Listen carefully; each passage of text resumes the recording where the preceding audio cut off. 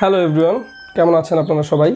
আজকে আমরা স্পোকেন ইংলিশের ক্লাস নং 6-এ চলে আসছি এবং ক্লাস 6-এ আজকে আমরা খুব কমন একটি ফ্রেশাল ওয়ার্ড জানবো, যেটা হচ্ছে যে ইনটেন্ড টু।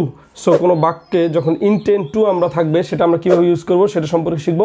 ইনটেন্ড টু এর অর্থ হচ্ছে যে কোনো কিছু ইচ্ছা করা বা মনস্থ করা। যেমন আপনি যদি বলেন যে আমি ইচ্ছা করলাম এটা করব, বা আমি মনস্থর করলাম বা মনস্থির করলাম আমি কাজটি করব, সো এটা হচ্ছে ইনটেন্ড টু দিয়ে আমরা বাক্যটা তৈরি করব। খুব সহজ, আপনারা এই ক্লাসটি দেখলেই বুঝতে পারবেন খুব সহজেই আমরা কীভাবে এই বাক্যগুলো ইউজ করতে পারি। আমার চ্যানেলটি এখনও যারা যারা সাবস্ক্রাইব করেনি অবশ্যই চ্যানেলটি সাবস্ক্রাইব করবেন। সো আর দেরি না করে চলুন আমরা ক্লাসটি শুরু করি।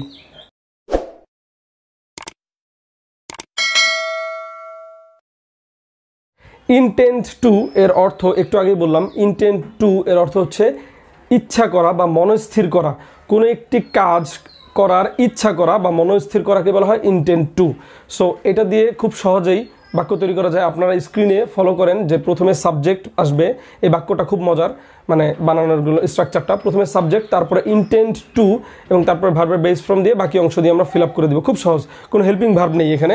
সাবজেক্টের পরে ডিরেক্টলি ইনটেন্ড টু আসবে। আমি কয়েকটা এক্সাম্পল দিই, আপনারা খুব ভালো মতো এক্সাম্পলগুলো খেয়াল রাখবেন। এক্সাম্পলগুলো খেয়াল রাখলে আমার মনে হয় যে আপনারা খুব সহজেই রুলটি শিখতে পারবেন। প্রথমে এক্সাম্পলটা যদি বলি যে আমার ইংরেজি শেখার ইচ্ছা আছে।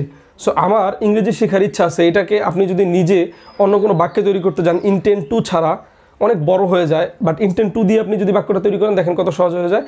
I intend to learn English. আমার ইংরেজি শেখার ইচ্ছা আছে। তারপরে যদি বলি যে রাকিবের গ্রামের বাড়ি যাওয়ার ইচ্ছা আছে বা মনস্থির করেছে, রাকিব গ্রামের বাড়ি যাওয়ার জন্য মনস্থির করেছে।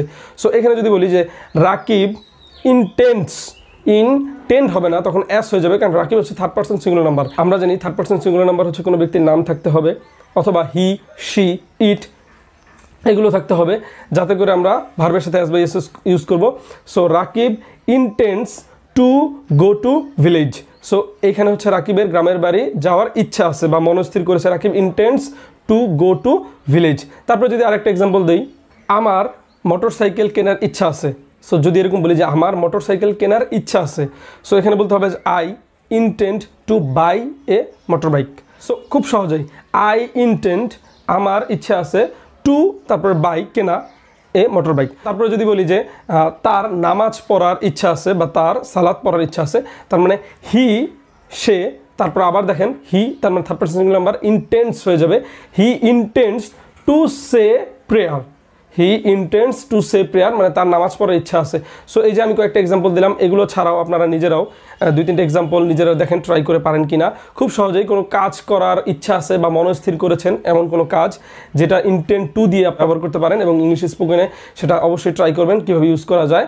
তো আপনারা এই রুলগুলো যারা শিখছেন তারা অবশ্যই ইউটিলাইজ করবেন, কারণ এই রুলগুলো যদি শিখেন এবং ব্যবহার না করেন তাহলে কিন্তু এই রুলগুলো শেখার কোনো মানেই হয় না। ইংলিশ স্পোকেনে যাদের আগ্রহী, যারা ইন্টারেস্টেড আছেন যে ইংলিশ স্পোকেন আপনারা খুব ভালো মতো করতে চান, তারা এই রুলগুলো অবশ্যই ফলো করবেন।